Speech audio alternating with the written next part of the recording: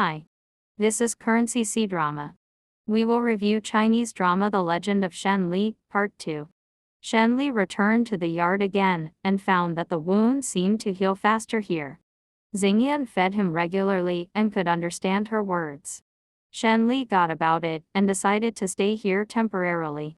Recuperate and wait until your physical strength recovers before leaving. After staying in the courtyard for several days, Xingyan brought the sweet-scented osman, his cake made by herself. However, Shen Li was a little tired of it. She suggested buying some meat to improve her life. Xingyan said calmly that she was short of money. The washed ginseng has to be exchanged with the drugstore owner for medicinal materials for treating diseases. After hearing this, Shen Li felt pity. Since her benefactor had no money, she planned to repay her kindness. Late at night, under the clear moonlight, Shen Li began to cast some spells trying to turn stones into gold. She tried several times and failed. Without success, she used her hard beak to peck the stone again and again, but with no success. And soon fell asleep.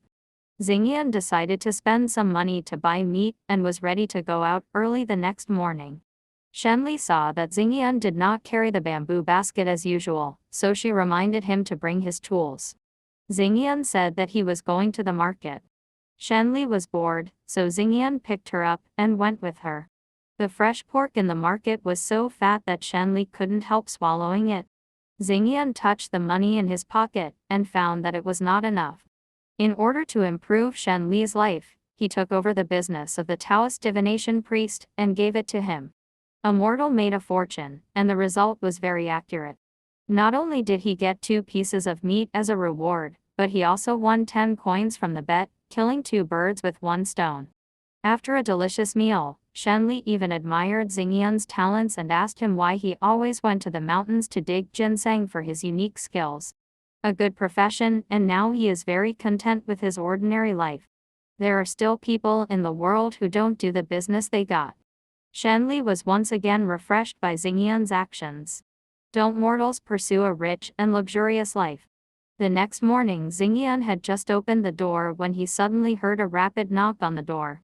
When a peasant woman saw Xingyan, she was surprised and impulsively pulled him by the lapel and asked him if he was a Taoist priest who was very accurate in fortune-telling during the day and begged Xingyan.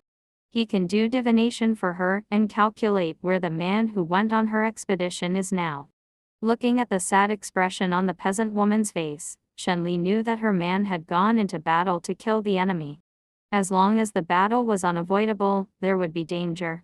Xingyan was obviously moved, but he still insisted that he could not figure out the whereabouts of her man. Watching the peasant woman leave in despair, Shen Li even blamed Xingyan for not saying anything. Perhaps Xingyan had seen through it and did not speak for some reason. Late at night, Shen Li went out quietly and went straight to the peasant woman's home. Xingyan was worried and followed her from behind. Shen Li came to the peasant woman's cold hut and discovered that the abnormal smell he noticed from the peasant woman during the day actually came from the peasant woman's husband. 15 years ago, the peasant woman's man died in battle and was promoted to immortality because of his commendable bravery. But this man Kai Kai was worried about the peasant woman and did not go to the fairy world. Instead, he followed the peasant woman and silently protected her. But the peasant woman didn't know it, and instead missed her bitterly for more than 10 years. Xingyan cast a spell to help the man reunite with the peasant woman. Shen Li couldn't help but be moved when he saw the couple hugging each other and crying. Humans and immortals are inherently different, and this man will break down if he stays beside the peasant woman for too long. To harm the woman's longevity, Xingyan told Shen Li to tell them quickly that the formation would not last long and let them make their own choices.